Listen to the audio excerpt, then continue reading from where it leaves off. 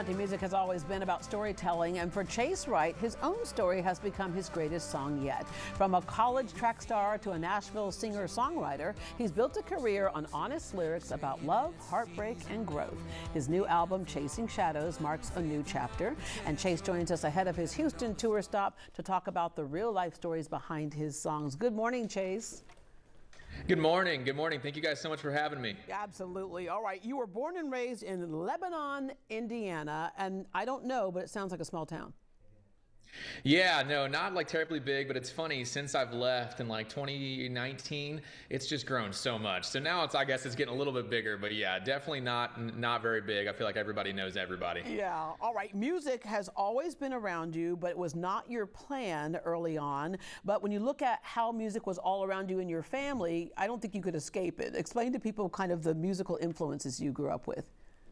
Yeah, so what's like crazy is my grandma back in the day, I like think it's 1940s, she made kind of like some side cash living sort of thing to like supplement her family. Her mom was a single mom of four, and so her and her sisters sang on the radio back in the day and won a contest and got some spending money from that, which is really awesome. And I think that sort of musical talent then, like led into my mom being very musical. She went to college and majored in music ed, and played trumpet, still plays, and does like some community band stuff. And so music has always been kind of around, and I feel like musical talent has sort of run in the family, but I didn't pick anything up until college. Yeah, okay, I think you should do a song, Grandma Has a Side Hustle. Right. Yeah. No, I've been really like over the years, the wheels have been churning about like how, to write a song about her, because she's had such a crazy life. She's 92 now and still really, really with it. And, but she's just had such a crazy life, growing up in that like time period, being born during like World War II. And so all of those things, and so, yeah, there's like definitely something there. I just need to figure it out. You mentioned that you didn't really get into it until college. You headed off to college, majoring in economics. What is it that you thought you were going to do? And actually, you kind of worked in the corporate world for a minute, and you were like, not what I want to do. Yeah. So that is such an old picture. But I went to college, majored in economics. I really wanted to be a business owner, and I didn't really know how that looked. I definitely didn't think that meant being a country music artist and running my own business here. But yeah, I went into corporate finance, did that for 6 months, but that's really what motivated me to really pursue music, because I had thought that was kind of the path that I wanted to take, was climb the corporate ladder, until I got there and realized that, man, music is so much more fun. Let me see if I can make something happen with this, and really dove into that till I graduated college. And shortly before I did, I ended up somebody from Nashville ended up reaching out and bringing me to town and getting me started there. And so it all kind of like worked out. But before that, it's so funny how one little thing can also help you to turn that big corner. You told your dad you wanted a guitar. Yeah. And he No, I had sort of mentioned in like passing, I listened to this interview with Sam Hunt back in the day. He was the main reason why I really got motivated to start learning and stuff. He was mentioning in some interview back in like 2015, when I was a senior in high school, that he started playing guitar in college, and that's really where he got his like start doing the whole music thing. And he was on top of the country music world at the time. And I was like, man, if this guy can do it, maybe I can too. And I sort of mentioned that to my dad, like, oh, I've always wanted to learn guitar, but I've never really done it, and all this stuff and whatever. And then a couple months later, it was like October of my freshman year of college, so I was in college for a couple months. He came down to visit one weekend and brought this like $20 garage sale guitar, and he was like, if you can learn on this, then we'll get you something nicer. And so a couple months into figuring out via YouTube videos how to play, we ended up going to Guitar Center and grabbing something nicer.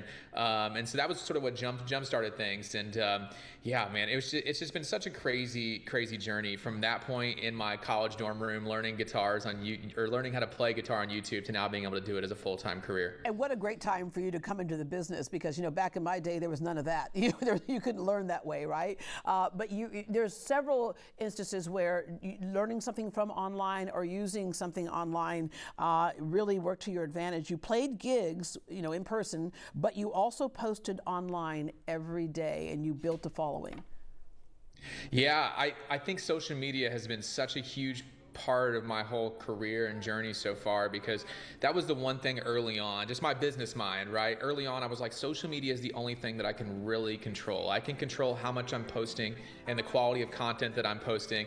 And it's funny, that video was one of the first long form videos I did in my parents' living room, and the lighting is terrible, you know, but it was just like learning the like craft and learning what like works, and just keep iterating on things that you've done before. And yeah, I mean, I think the social media, without that, I don't think I would have anything going on. Yeah, in fact, you met your future business manager or future manager, discovered you online, and you talk about learning your craft. You were invited to an ASCAP songwriting workshop. So were there ever any second thoughts? Because when you show up in a room full of other people who are doing what you're doing, sometimes you can think, do I belong here? Or do you think, yeah, I absolutely belong here? It was so weird. I think this is just one of those like divine sort of God moments, that confidence, because I just walked into this like songwriting workshop, and there's a guy that had written 4 #1 songs. I knew every word to every single one of them. A bunch of other talented young writers that had been in town or had done, you know, everybody had a lot more going on in the music world than I did. I had written like 3 songs up to this point, and they were all alone, and they weren't very good.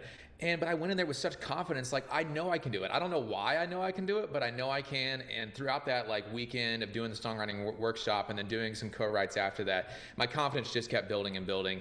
And yeah, I mean, one of the songs that I wrote in that same time period, maybe, you know, a couple months after the workshop, is now one of my most like streamed songs. And so even early on, that like confidence that I had led to me recording a song down the road that ended up getting, you know, let's say 30-40 million, you know, streams. Or like you got Intertwined, which was over 75 million streams. What is it like, you know, before, again, back in the day, it was like all measured by record sales and, you know, rotations on the radio. But to wake up and see that you've got this many streams, and then you check again, it's this many, and then 75 million streams.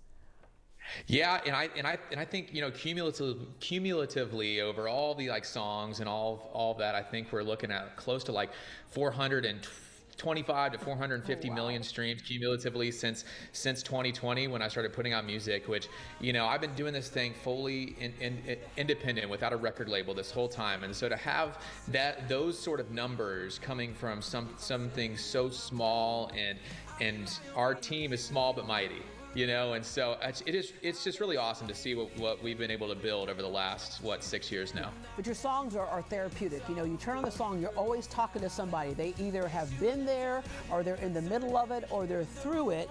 Did you have to go through a process of thinking how much you wanted to reveal about yourself in your music? No, not like really. I think one piece that my like first manager told me when I first moved to town that really helped me sort of figure out my sound and what I wanted to say was just, he was like, make music that you love, and if you love it, somebody else probably will too. And so this whole time it's just been music that I really need to make. I need to make it for my own mental health, for what I need to get off my like chest, you know. And so every song that you hear is like emotionally provoking in some way, because I needed to say that so I could move on from something, or, you know, not deal with the like emotions of something. And so it's all kind of been for my own sort of gain, you know. I needed to get that off my like chest, and thankfully other people hear the songs and also feel that same way about whatever they're going through. A whole lot of other people. All right, Chasing Shadows, about moving through pain instead of running from it, and, you know, moving through it so you can get to that other side. Today, yeah, you're a dad, but you're also a husband. Yeah, married. I'm like married. We just got married in March. Sorry, ladies. Yeah, we just got married in March, and yeah, I mean, this like record for me is just sort of oh, look at that picture. That's like one of my favorite ones. But we you know, this like record, I don't recommend putting out a breakup record the same time you're getting married. It's kind of a weird situation to be in when you're promoting music. But you know, this like record, I think, is just me moving through all of these things, all the negative emotions and all of the tough times that I've been through the last couple of years. They do lead to something really great, and that's what I kind of want to leave my like fans and listeners with, is like, hey, we can feel all of these things, but we're going to move past and through, and those tough moments are going to fortify you and shape you and build you up into this great thing that's coming. And so that's kind of the message I want to leave with people now, is like, we can listen to these sad songs, we can feel these sad songs, but we're not going to live there. All right, we're going to move through that and into greater things. All right, Chase, thank you so much. You have another career as a therapist. Thank you so much. Thank you. And we look forward to seeing you when you come to town. Yeah, we'll be there Friday. All right, you can catch Chase Wright with Drew Baldridge for the Farm Faith Family Tour on Friday at the Heights Theater. Doors open at 7 p.m. For more information, visit greatdayhouston.com and we will connect you. And the Heights Theater is a historic theater in the Heights. It's an amazing place to be, to hear music, great acoustics, and you feel like you're kind of right up there with the performer.